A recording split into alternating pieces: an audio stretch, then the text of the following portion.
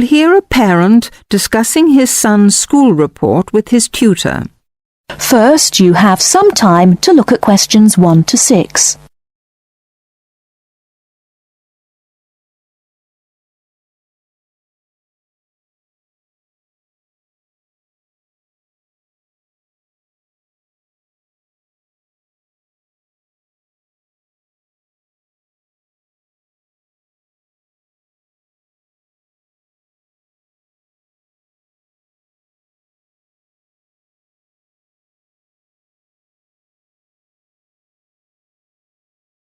Now we shall begin. You should answer the questions as you listen, because you will not hear the recording a second time. Listen carefully and answer questions 1 to 6. Good evening, Mr. Jameson. Please sit down. Good evening. Now, about my son Stephen's report. Yes, just a minute. Yes, now, what class is he in? Oh, yes, 4E. No, 4A, isn't it? Yes, that's right. Has he improved this year, Mrs. Hargreaves? Yes, I think overall, yes. Mind you, there is still room for more improvement in some subjects. Let's see. Maths. Well, the major problem here seems to be his algebra. Apart from that, he's doing much better. Could you help him with this, Mr. Jameson? Well, to be honest, it wasn't really my best subject at school either. But the overall exam result was encouraging. 60%. Yes, and history, I seem to remember a bad report for this last year. Well, he lacks concentration in the class, and of course this makes it difficult to remember things like dates and names, and a memory is quite useful in a subject like this. Oh dear. Well, I'll have a word with him when I get home and see what we can do to improve that. And music. Music, yes. Is he still having guitar lessons? Yes, every Monday after school. His music teacher has commented that he doesn't seem to be taking them very seriously. I think it was just a craze he had, Mrs. Hargreaves. I've noticed that he hasn't been very interested in practicing at home.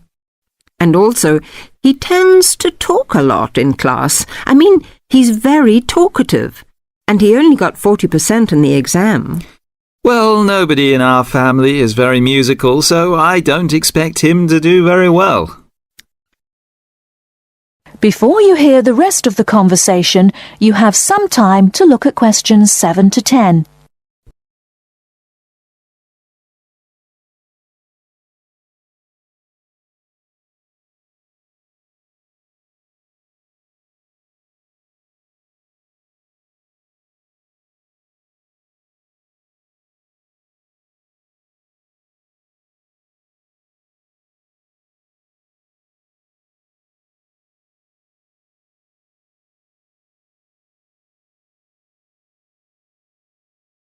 Now listen and answer questions 7 to 10. Looking at his geography result, though, there has been considerable improvement, 64%. Yes, I remember him working at home a lot for some sort of project or something on... now, where was it? India, I think? No, on China. Yes. And it was an excellent piece of work. I saw it myself and was very impressed. And his art classes have also been going better this year. Yes, he became very interested in pop art after the school and went to the local art gallery to see the pictures there. His bedroom wall is covered with posters from the shop. Yes, and 58% is not bad for his exam result, considering how low it was last year. And now French. It seems that he has really taken to speaking a foreign language. We hoped he would, because it's important to know another language these days, isn't it? Yes, quite. That's why we paid for him to go to France last Easter, so he could practice more. Well, it seems to have done the trick. 80% is a very good mark. Now, Mrs. Hargreaves, I'd just like to ask you one more thing about... That is the end of part 1. You now have half a minute to check your answers.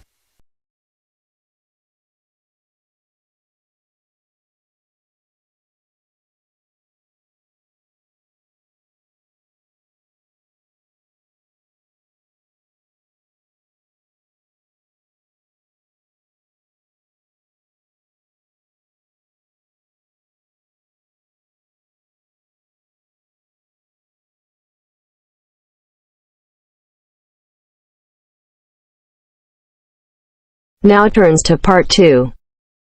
Part 2. You will hear an employee of the Sports Supercentre giving a guided tour of the facilities in the centre.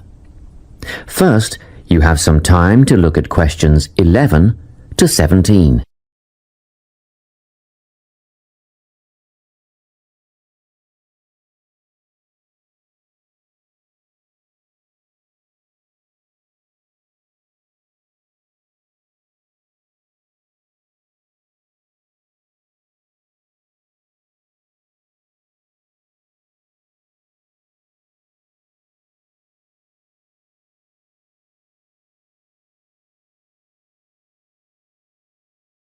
Listen carefully and answer questions 11 to 17. It's so nice to see so many people here on our open day. I hope you'll be impressed by what you see and that you'll all decide to join up. We have tried to cover all aspects of sport and fitness here at the centre. Well, let's start, shall we? As we're standing here at reception looking down the long corridor, you'll notice the car park on your left, where most of you have parked, asks you to reverse into the parking spaces for safety reasons. Also, this morning a couple of keen potential members rode their bikes right in through the door instead of leaving their bikes outside there on your right where the secure bike stands are. You may be wondering why there are so many mothers arriving with little children. As we proceed, you'll see that this first room on your right is a creche, where you can leave your little ones for up to 2 hours and they'll be expertly supervised while you work out.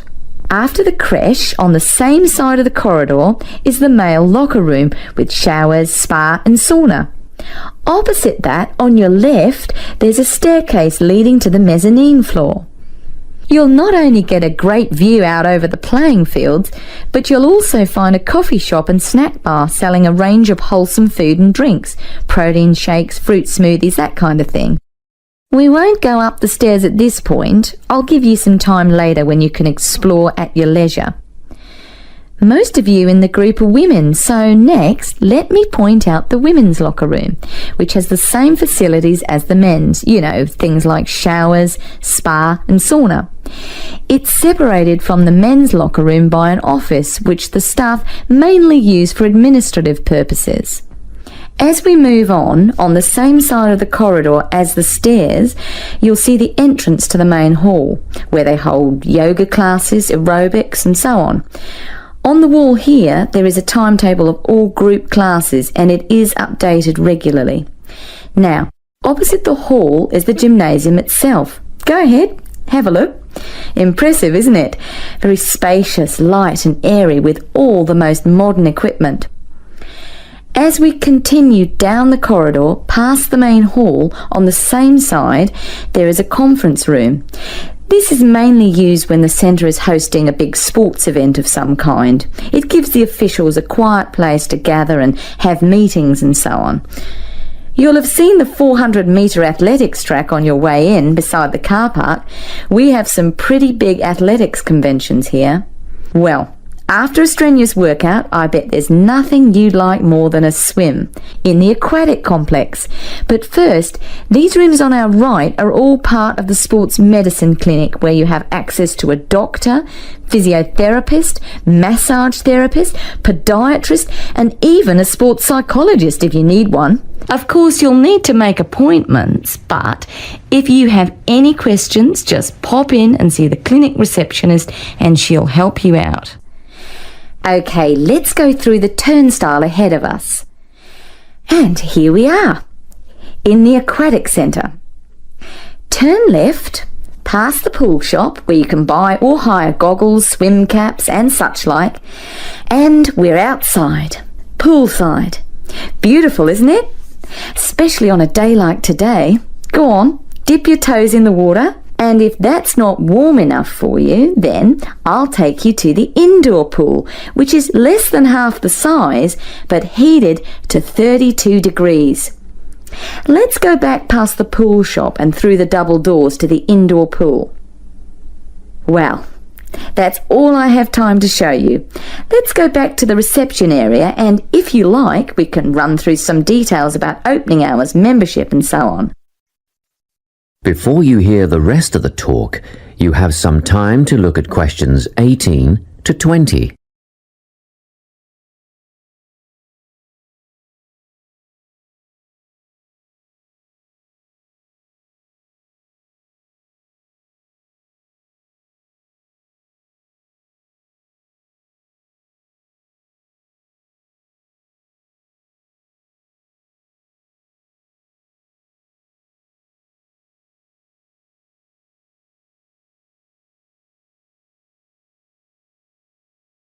Now listen and answer questions 18 to 20. Now, in this brochure, you'll see the opening hours. The centre is open 7 days from 5 a.m. to 9 p.m. Monday to Friday, except for public holidays, which follows Sunday's timetable. On Saturdays, we open at the same time as weekdays and close a little earlier. So that's 5 a.m. to 7 p.m. on Saturdays, and on Sundays everyone gets a sleep in. You can come in between 7 a.m. and 5 p.m. Membership fees cover access to the gym, group classes and the pool. But if you want to join a swim squad to train with a coach, you should inquire at reception for prices and timetables. In the gym, personal training is available from one of our dedicated team of trainers, and reception will have more information on who is free when and what hourly rates apply. However, there is always a certificated instructor on hand in the gym at all times for advice and help.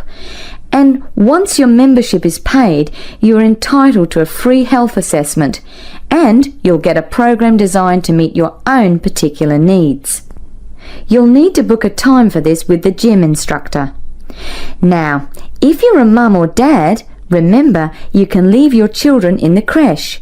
They take babies from 6 weeks old. Bookings are essential though, and you'll have to check the website for times and pricing. Members are also entitled to tennis lessons on a Tuesday or Thursday from 9 till 10:30, but bookings are essential, so ring Natalie. Her number is here in the brochure to reserve a place. Well, I think that's it. Any questions? That is the end of part 2. You now have half a minute to check your answers.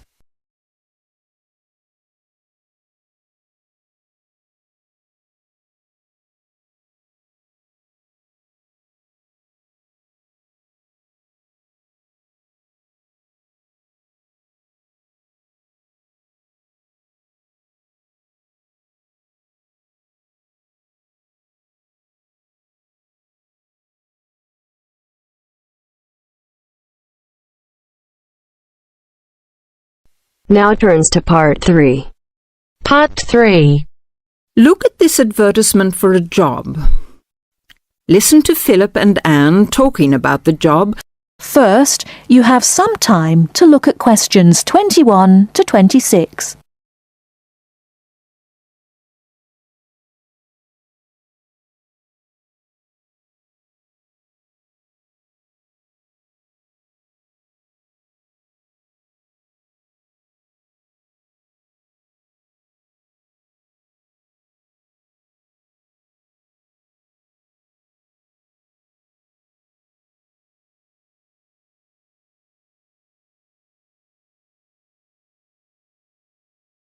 Now listen carefully and answer questions 21 to 26. Look, here's one that might interest you. What is it? Are you sure? The last one you sent me off to was a disaster. Yes, look. It says they want a junior sales manager, and it looks like it's a big international company. That'd be good. You might get to travel. What kind of company is it, though? Let's see. Yes, it's a textile company that seems to import from abroad. That's odd, isn't it? What else? They say the salary is really good. They operate a system of paying you a basic salary and then offering sales commission on top of that. They say it's high. And, oh look, they give you a car to travel around in. Gosh, that's not bad, is it? Do they say anything about experience? Let's see. No, they want someone young with ambition and enthusiasm. Oh yes, they want graduates, so that's okay. You've been to university. Now what else? Let's see. There must be some catch. No, the only thing is you have to travel. But then that's what the company car's for. Oh, and you have to be able to get on well with other people, because it says you have to be good in a team. Perhaps I'll have a closer look at that one. Before you hear the rest of the talk, you have some time to look at questions 27 to 30.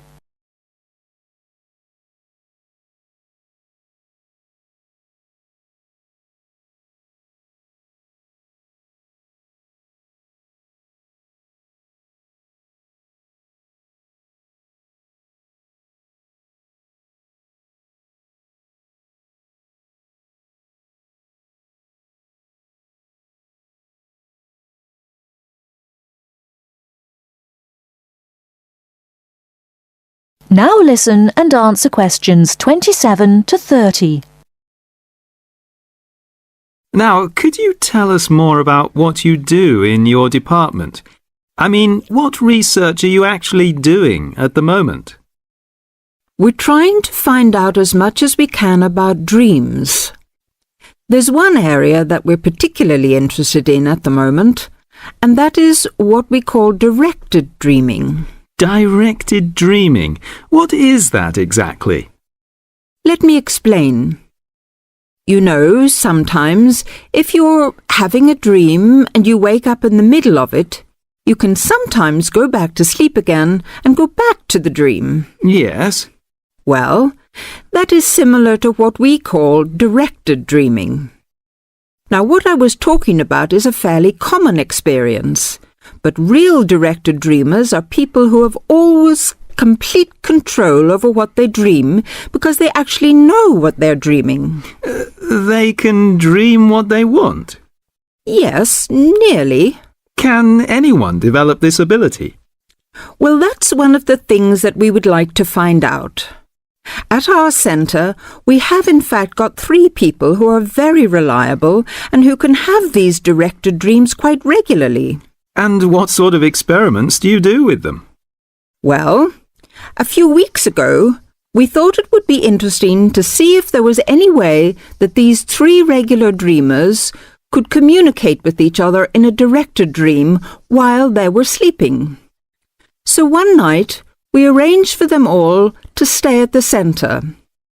Then we asked the 3 of them, there were 2 men and a woman, we asked them all to go to a pub that they all knew quite well, down by the river, and asked them if they started dreaming to go down there and try to find each other. In the dream? Or 3 dreams? Yes. So, they all went off to sleep, and the next morning we interviewed them all separately and asked them what they had seen. The 2 men had had dreams and could remember them, and they both said that they had been to the pub and had seen each other and had had a talk. But also, both of them said that they hadn't seen the woman, and we thought that was a bit odd. And then we talked to her, and she told us that she hadn't had a dream at all that night, or she couldn't remember it anyway. Fascinating. So both of the men said she hadn't appeared in their dreams, and that was because she hadn't in fact been dreaming. Yes, though of course it could just be a coincidence. But that's the kind of thing that we're trying to find out more about. Well, thank you very much, Dr. Border. It's been fascinating talking to you. Thank you. That is the end of part 3. You now have half a minute to check your answers.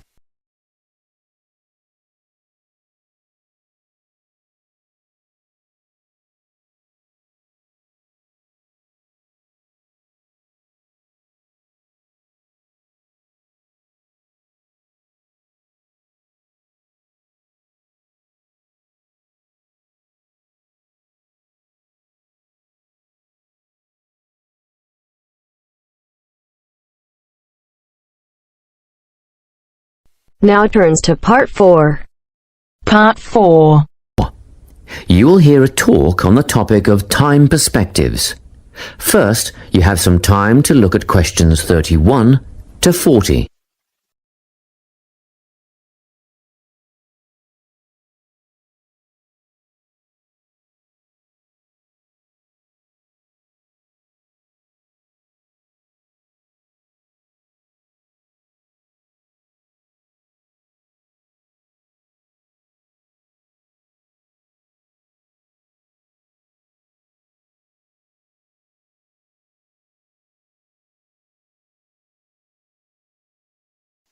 Listen carefully and answer questions 31 to 40. Today, I'm going to be talking about time. Specifically, I'll be looking at how people think about time and how these time perspectives structure our lives. According to social psychologists, there are 6 ways of thinking about time, which are called personal time zones. The first 2 are based in the past.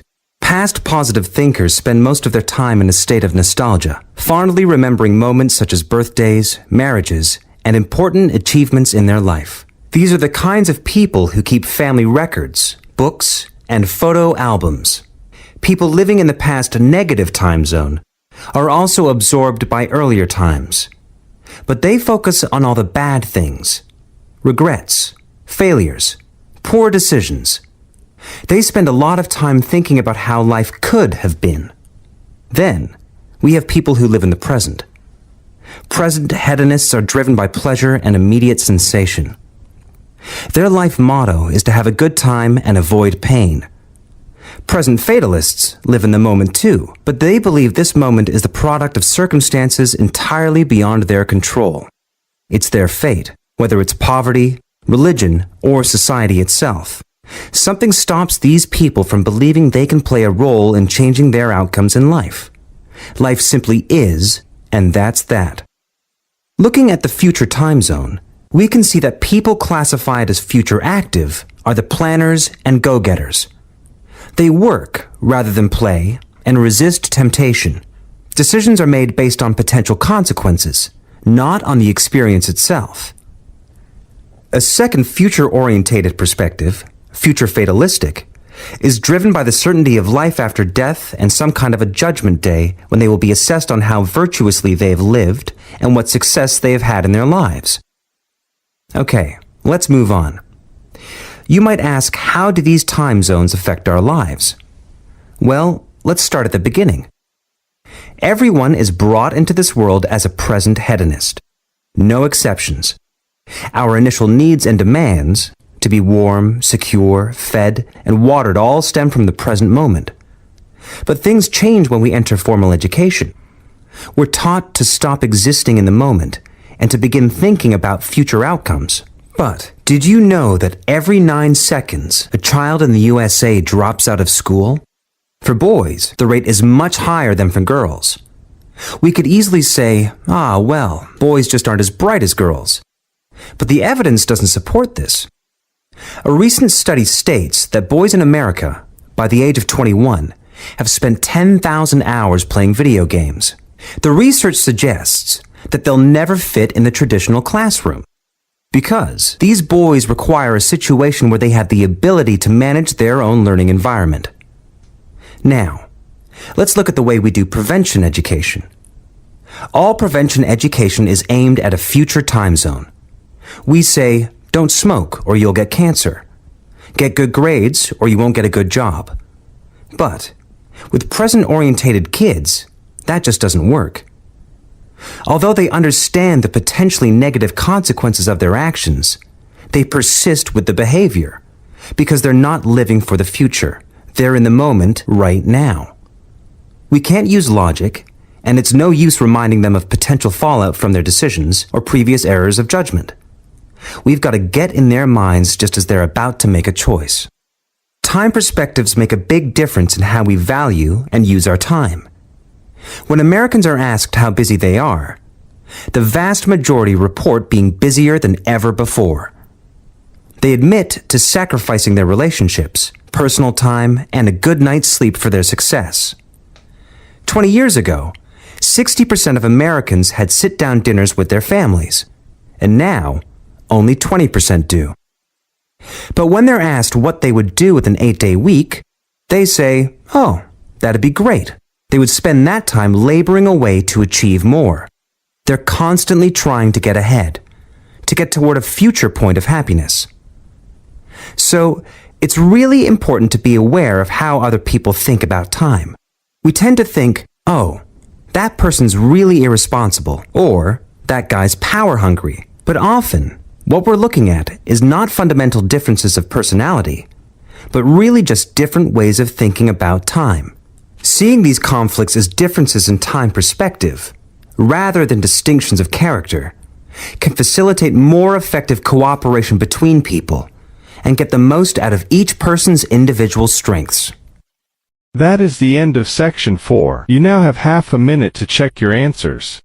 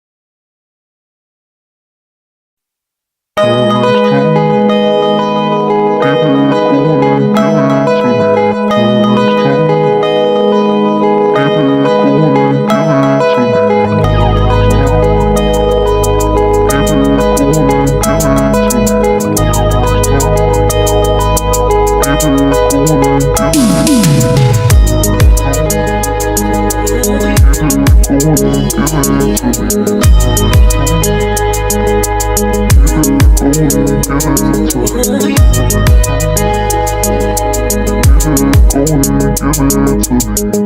me.